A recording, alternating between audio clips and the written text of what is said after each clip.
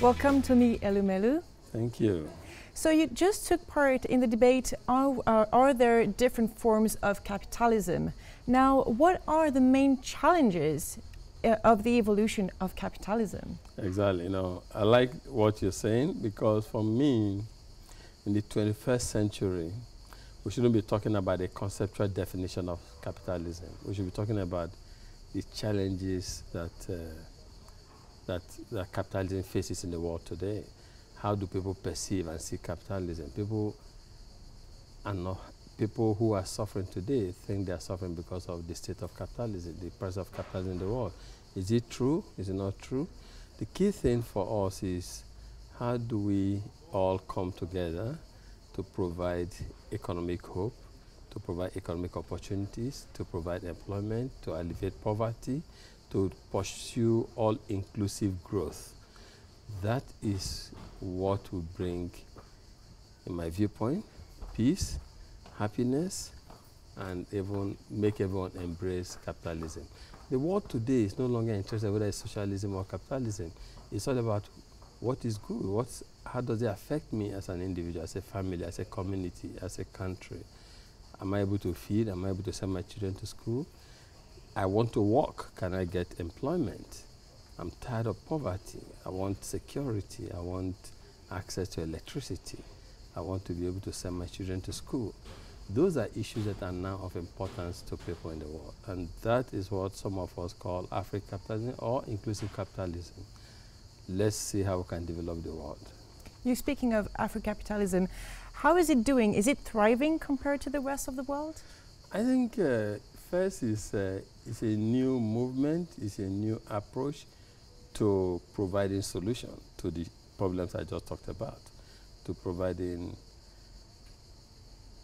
helping, especially in Africa, where there's poverty, serious poverty, and serious inequality, serious unemployment.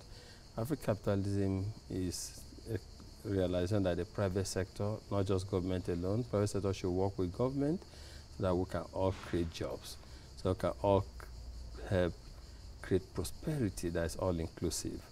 So how is it doing? We would access it when everyone is employed, when everyone, there's prosperity, common prosperity across Africa.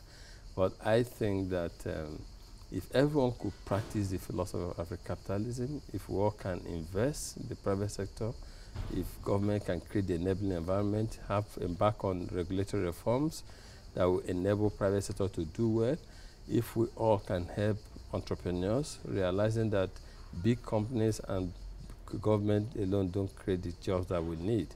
You need the small and medium-scale enterprises, you need the individuals, you need the small entrepreneurs.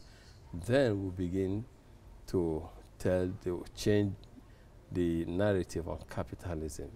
If people continue to suffer in the world, they will blame capitalism for the suffering. So we need to provide solutions to issues. Earlier during the debate, you mentioned the fact that governance needed to change. So how so? There are two kinds of governance. There's private sector governance and the public sector governance. Public sector governance needs to be more responsive, need to reform. Government should recognize and realize the fact that they alone cannot create employment, for instance. They alone cannot alleviate poverty. What government needs to do to create the enabling environment that will enable the private sector, the small-scale enterprises to flourish, to do well. As they do well, they employ themselves and they employ others, and also they help to identify and solve problems that affect people. We need government to begin to realize that if they put bad policies in place, it negates the ability of society to come out of these problems. So that we want government to do. On the other hand, the private sector, we need well-governed private sector businesses. We need private sector businesses that realize that think long-term, and private sector businesses that are governed with long-term orientation, long-term mindset, and not people who just want to profiteer today and just move on. So if we see improvement in the regulatory environment, in sound government policies, in enabling environment boom put in place by government, and if we see a responsive private sector that takes advantage of all of this, we will create the jobs that our people need, and then everyone will be engaged economically, and that will bring prosperity, and that will bring happiness, and nobody will care whether it's capitalism or whatever you call it again. You're talking a lot about prosperity, and you strongly believe, if I'm not mistaken, in the future of entrepreneurship. Big time.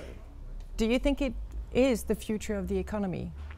Oh yes, you see, I tell you, my foundation, because of my confidence, my belief in the fact that private sector has a key role to play in developing the economy, in developing countries, in developing the world, I have realized that entrepreneurs are the pipeline.